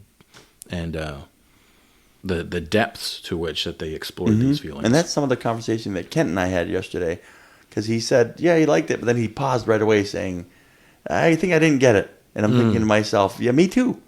No different. I hope he listens to this one. Yeah. Well, I hope so too. I'm going to ask him if he will. I want to really encourage folks to, if you are a listener, spread the word, because this isn't, when people see podcasts like, a couple know-it-alls sitting there trying to tell us what's good and what's bad. This is kind of the opposite of that. It's a fight. We fight hard to not be that. Trust me, in life too, to not be that guy. So when Dom sees Gail, that was the moment that I thought, this is an acceptance. This is him letting down these people because he didn't have the strength to stand up to these feelings of guilt and regret and shame and hurt and all of that. Yeah. And so it became, and you could see the anguish in his face too when he realizes when it shifts from Gale to the monster. I don't think it's just a shock of, this is the monster. It's that's my last, before I die, this is what I'm doing, is I'm leaving Gale alone. And I think he had kids or whatever. Seemed like it. But it was like, this is what I'm doing when I do that. It was kind of like that realization, like, it wasn't just me, boo-hoo, boo me, I succumbed to this monster, this grief. But it was, it was the people around you, because you didn't have that strength to fight back, to get over this lull. And I think that speaks for their, like, the friendship as well. Like, there's times where it's going to be tough, and you have to have the strength and the commitment to deal with those tough times in order to see the horizon, Honestly, that's the way it is in any relationship. Yeah. It's like, well, even with yourself, like as far as acceptance goes, sometimes acceptance for these characters and for me is accepting that, man, I am not okay right now. Or we're not okay right now. When you do that, you can get to the other side of it. Most things you can get to the other side of. A little bit of humility, a little bit of honesty, a little bit of leaning into the conflict, but if you want to, you usually can. I can't say every time, but I say if you want to, you usually can.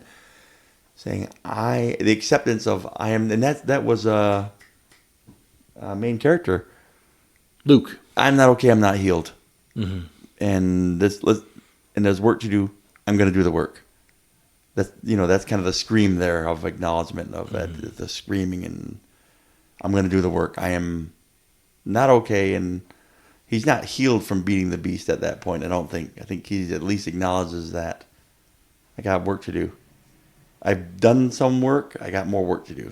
And that's why I know you talked about the end as kind of being like an unfulfilled, like, because the movie ends pretty abruptly. Well, you heard me. Yeah, and I'm like, come on. Yeah, where, Luke screams at him, and then he ventures off and he walks past the camera, right? And then that's it.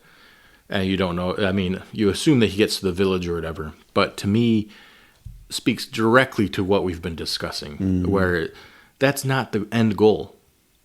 the end goal is to continue with life. Mm-hmm. And just the idea of him walking past the camera, past what you can see, is the goal. That's pretty cool. Is to continue.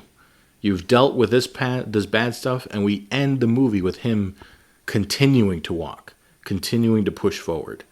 And that's the whole idea here, right? Is you faced the pain, the guilt, the whatever else, the regret from these events, from this trauma. And the goal is to be able to live life past that. And again, that's what we see here. He's literally walking past that and going forward. The cop-out, the dream, it was all a horrible dream. The cop-out film. I know filmmakers are...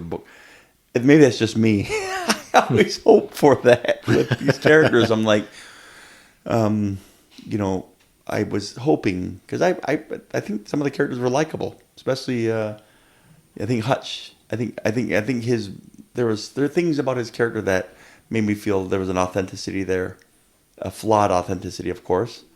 But I remember thinking to myself, I wish that, because it seemed like the monster had an ability to do like almost hallucination type things to these people. Right. Maybe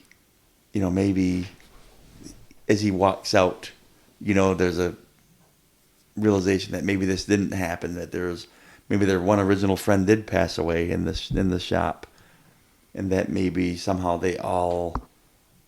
It was never about the other character. It was only about the main character, his healing and his process, and he was able to confront almost. If I'm giving way more power to the fable or the legend of this Utan, of maybe there's a chance for redemption in what it presents instead of just punishment or acknowledgement. You know what I mean? Maybe I'm giving it hope that okay, you either have to confront it, or you're going to, live in peril or die. Maybe then now that he's confronted it, it's used these visions to, to carry him through, and they're really okay. That's just me being the rosy, shiny, happy people, rose-colored glasses guy I am. When I see the finality, I'm like, wait a minute. Those people, what is he going to get when he gets out of town? We got to go over there. It was a prank, right? They're all waiting for him at the town. Right. Well, also thinking he gets to the place and he's like, yeah, but here's the friends that I left here that I registered with. They're not alive anymore. They were made unalived by this beast in the woods and this cult that follows them. We might want to go look for them and bury them. You know what I mean? I always think of the aftermath, what that looks like. He's probably the only commonality they have to their families. I think one of the biggest tools I feel like I have, and it helps me appreciate a wide variety of movies, but it's not something. Well, I'll just see what it is. Is I feel like I can follow allegorical movies without feeling like I'm losing anything from a narrative standpoint, I guess. So like I don't need to know Luke's past. I don't need to know where he comes from. I don't need to know anything else about him other than what you're telling me here on the screen, because I can follow along with the themes that you're presenting me as the story unfolds.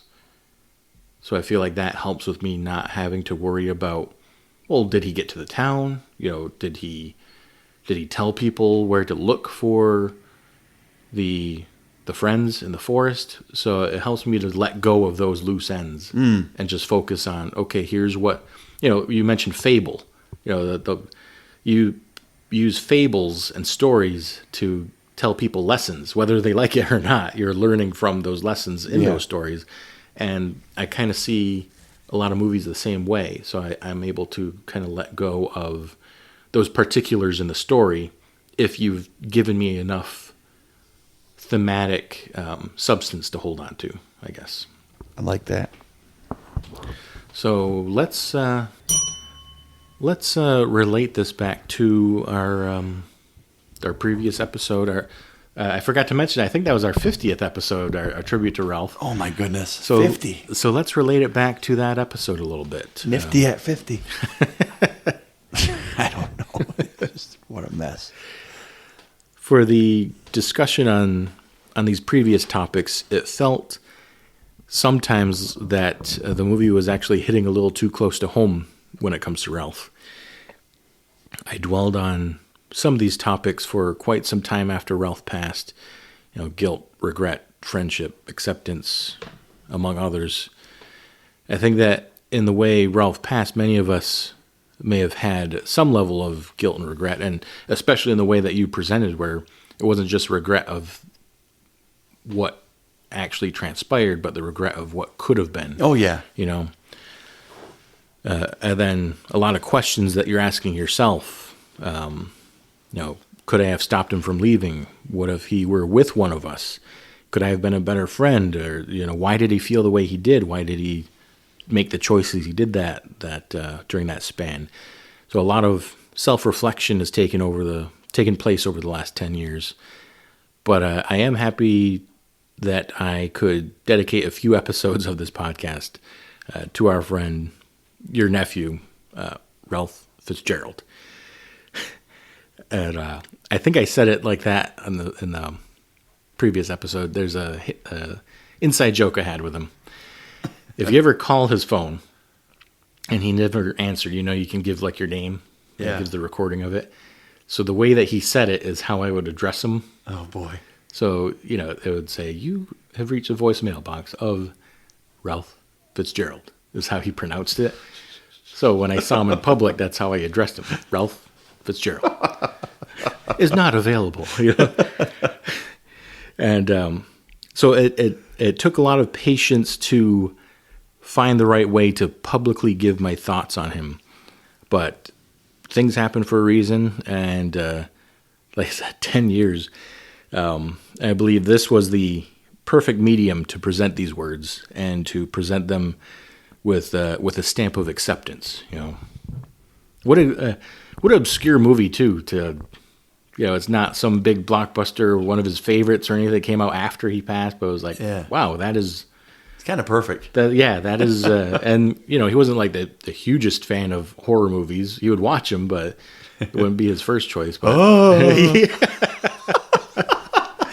But, but to have this story, this movie be the one for it, I couldn't think of a better one. Yeah, that's great. I felt like watching this movie, knowing that it was a movie that was handpicked to kind of celebrate and honor and remember, had a lot of feels to me, right? I loved they're sitting at the bar and busting balls.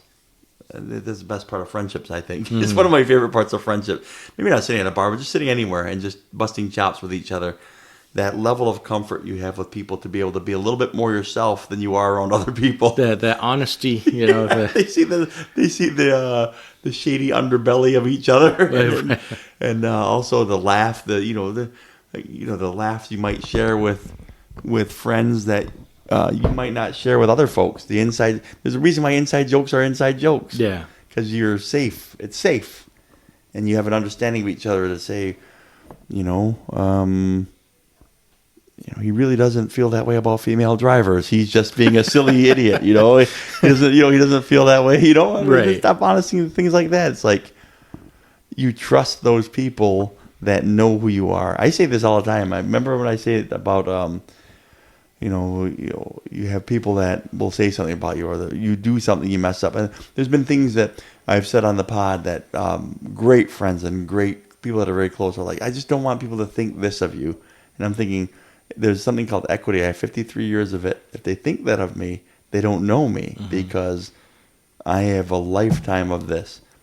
But I get, though, that people that look out for you, they don't want you seen in a certain way. If someone gets a snapshot of you, friends are like that, though. And this is a big giant thing with Ralph. Is you. I don't know how to say this in the right way. You could say whatever you wanted, and it wouldn't be taken in the wrong way with Ralph, mm-hmm. because he knew you, and he gave you so much grace in what he knew you for. So, the closest you get with a cynical or sarcastic reaction would be If it was art or music or something, he would be saying, "Nah, I don't think so." I go back to old Scarlett Johansson. Him and I differed big time on the young lady, the actress.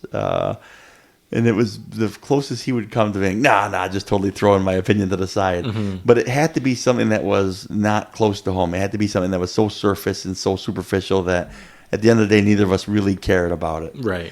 Other than that, though, there was no emotion or no passion, no fear, no anger, nothing that angered me that was out of bounds for him. He would see it the way I saw it and not judge me about it. Like, oh, you're mad for this. No, you don't be mad about that. It's just like, yeah, that I could see how that's real upsetting, man. Yeah, that kind of ticked me off too. Mm-hmm. Even if he didn't feel that way, he still would not judge you for it. And I was the same way with him. And this whole episode with the regret and I think there's anger in there too. Like any of the grieving things, right? Mm-hmm. You have grief and you have anger, and then 10 years later, there's time that I feel like there's unresolved. I haven't fully accepted it still. It's unresolved still. There's still times that I told you we had band practice a couple of years ago at my friend Trippy's house, and in the middle of like an hour and a half of our set, fully plugged in set, this guy comes downstairs in his whitey tighties and says, hey, what's up, guys? How we doing? You guys sound great. He's walking to the kitchen. And I looked at Daryl, who we were both friends with Ralph, and we were like flabbergasted, and we both set our instruments down and pretty much ran into the kitchen, fully expecting grown men with reasonable thoughts and reasonable minds to see Ralph. Because this guy looked and sounded exactly like Ralph. The fact that he walked on his whitey tighties is all the proof we needed. And he walked in, and sure enough, it wasn't him. Right. Because life doesn't work like that. And there was disappointment on both of our faces, like talking to this guy who probably thought, well, what did I do wrong? And there's still some, not acceptance of it. And I guess part of it is the nature of, the funeral itself and having it closed, not seeing the person you love. And there's still some things there that need to be worked through, and a lifetime of working through it, I guess, is ahead. But the grief, the regret, and then I'm thankful to say this. The regret that I have as far as Ralph goes is just the regret of not having more time with him. Yeah. It's not a regret of what could I have done. The nice thing about hurt and friendships and therapy are being able to talk through those things of, man, I wish I could have done this. If only I had done this. And then coming to peace with some of that, saying, sometimes your path is your path. Mm-hmm. And human nature says you still revisit it sometimes, though. Yeah. But the regret that I feel is the strong regret of all the adventures that could have been had.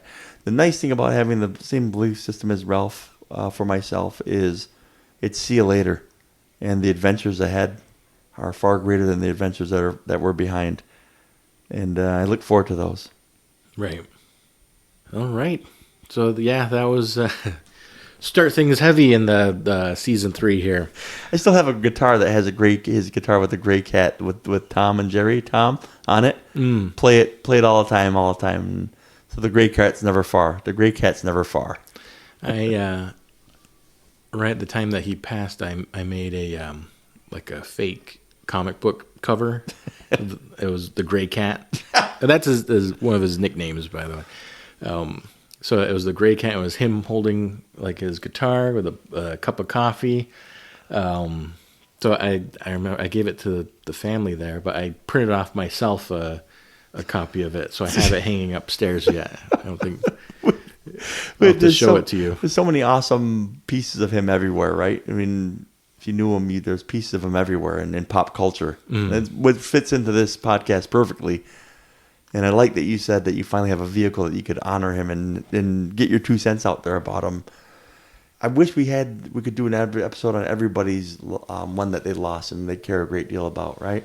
But my hope for the listener is that they can place their loved one here and just think what would they say.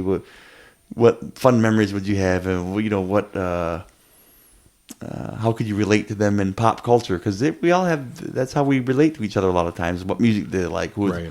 Think about it, who would play them in a movie? Who would play, in their opinion, who would play you in a movie? Mm-hmm. That's a fun thing to think about. Yeah. And remember from Saving Private Ryan, where he goes, when I think about my brothers, I can't see their faces. And Tom Hanks says, context. And so I don't know what we're good for, but let this episode, if you're grieving a loved one, we all are, someone, let this put a face to them again. Let's see their face again and get context again. And remember what you loved and songs you listened to together, and what concerts you went to, what movies you liked, what actors you made fun of or you liked or didn't like, and let it give context. Let you see their face a little bit clearer again. I think that would be a nice challenge. If I could walk away from this with you folks, getting that a little bit more, I'd be pretty happy about that. Nice. Well, KMax, apparently I've been taking notes from you on how to master the segue. You talked about grief, and that is going to be our next episode. So we talked about guilt, regret, friendship, acceptance, and so join us next week as we talk about grief in movies. So I've got one more gift to share with people that did know Ralph, though. I have not opened this message in over 10 years now. It's the last voicemail I got from him. Oh, wow. So I don't even remember the specifics, so if there's something raunchy on here, I apologize. But I'm going to put it out there and just see what we got. Ralph Fitzgerald. Hey guys, me and James are outside your house waiting for you. So let me know what's going on.